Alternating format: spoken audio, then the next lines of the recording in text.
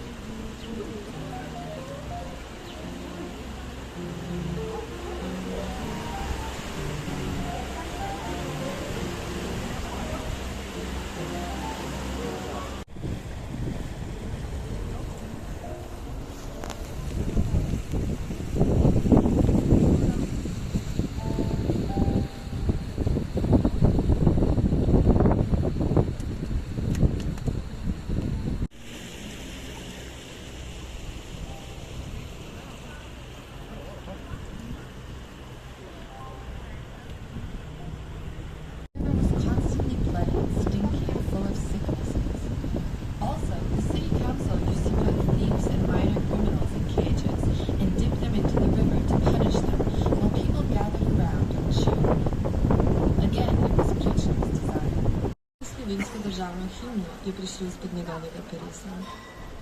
Večinoma je pisal o domovini, človeškem trpljenju in neizpolnjeni ljubezni do svoje muze. Muza poezije je prikazana na spomeniku. Njena golota pa je povzročila precejšnje proteste ob odkritju spomenika leta 1905, called Prešeren Square. This had always been an important center of Ljubljana. The reason it is called Prešeren Square is because of the statue in the middle, the statue of Francej Prešeren. He is Slovenia's most important. Our view is now of the main square in Ljubljana called Prešeren Square. This had always been an important center of Ljubljana. The reason it is called Prešeren Square is because of the statue in the middle, the statue of Francej Prešeren. He is Slovenia's most important poet. He lived a slightly miserable life in the 19th century. He wrote the first Slovenian epic, Vendala. He's responsible for the Slovene national anthem. He dealt with the love towards his homeland, the suffering of humanity, as well as his unfulfilled love towards his neighbors.